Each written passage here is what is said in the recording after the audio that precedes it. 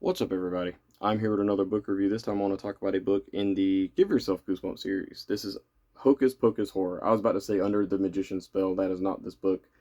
Um, I've had this book for a very long time. I remember when I was a kid going to a Goodwill. I'm pretty sure my dad was with me, and I ended up finding this book. And it's pretty crazy because this is a black spine, and the black spine books are pretty rare now. Not entirely sure how much this one goes for on like eBay or anything like that, but yeah, the black spines tend to be pretty rare.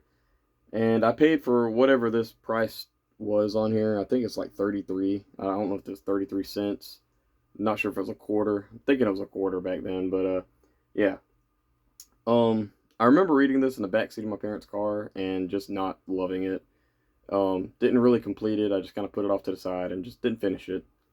Um, I did take notes on this book, and mainly because this is a Give Yourself Goosebump book, and it's not entirely easy to navigate. So if you see me look down and trying to read my handwriting, just bear with me. My handwriting is not great at all. I can barely read it myself, which isn't great, but yeah. So if you see me look down and kind of struggle, just kind of bear with me.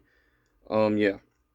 So the story itself follows you and your friend Zach. You guys are going to this performance at this civic center thing. There's this guy called the Great Mysterio. He's performing magic tricks, and you go because you're not really a big fan of magic. Zach is. You go because you hear that Mysterio is using these animals in his magic tricks, and you just want to make sure the animals are safe. You're an animal lover. You love animals, whatever. So you're at this magic thing, and Mysterio's doing some stuff. He takes a bouquet and turns it into a dove, or a dove turns it into a bouquet, one of the two. And Zach is all like, "Oh, this is so real, so cool." And Mysterio asks for volunteers. So you, Zach raises his hand, and he says that you guys will go up on stage. So you and him, Mysterio tells you guys to go through the store, and you go through the store.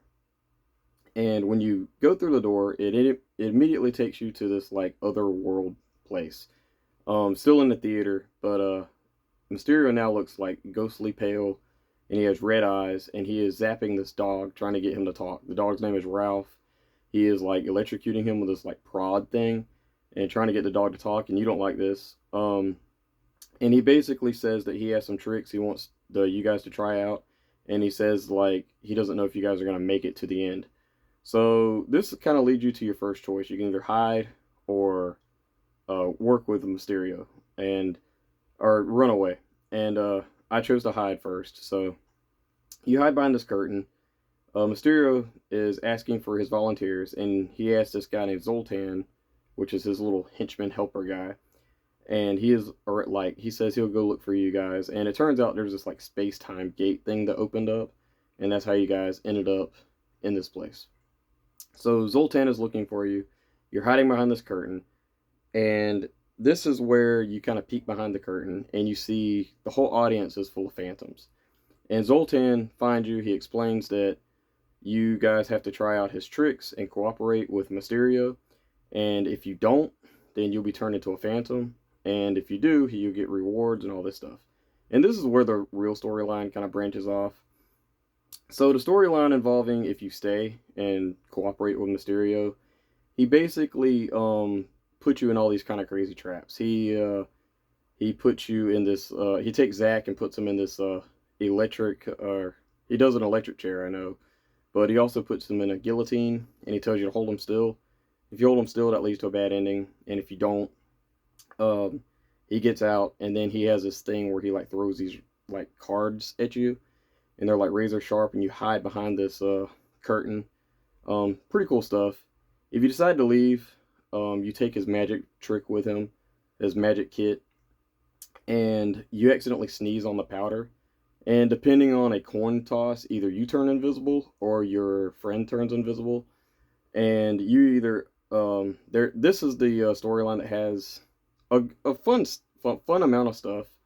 You actually do get the little monster storyline here, and you also get these cops, or this cop that comes in, and he is like a magician too, and this witch, and they have like a battle in the middle of a in the middle of the street, and it's crazy. The magician follows you home, He like uses magic powers, and this is kind of where I'm mixed on because you can give the magic trick back to the magician, and that is either Mysterio or someone else, and that's pretty cool. The invisible stuff, you actually have a thing where you can choose like this uh, apparatus appearance thing, and there's two different things, and one of those lead to the monster thing here, which is barely in the book, but he does show up. And the other is this fun with it's like a spelling thing, and it turns out there's like a spelling test, and that's pretty cool too. But yeah, Hocus Pocus Horror was kind of a mixed bag for me. I don't think it was like the most amazing book in the Give Yourself Goosebumps series, but it was fun. I will say that it was very crazy, especially with the whole uh, sorcerers fighting, magicians fighting, or whatever. That was just kind of random, but it worked for me. I did like the how Mysterio was perceived as just evil. Like he just wanted to torture you and let you practice some of his magic tricks, and that was that was pretty cool. But yeah, Hocus Pocus Horror, not a very perfect book, but very fun one in my opinion. I give it a 4 out of 5 stars. Please let me know in the comments below, what did you think about Hocus Pocus Horror? Is it one of your favorite books, one of your least favorite books? I saw a couple of reviews where a lot of people didn't like this one, and I could kind of understand that because the whole disappearing thing was kind of a it was an okay storyline, but it had some of the best stuff in it. Like the storyline itself wasn't that great, but the police fights and the witch fights, and that's the one where you get the monster. So yeah, I do think it's above average too, because I mean, there's a scene where I think it's Zach, he gets like decapitated, which is insane for this type of book. But yeah, I give Hocus Pocus Horror a 4 out of 5 stars. Please let me know in the comments below what you think about this book. I think that's it for me, guys. Thank you. Bye bye.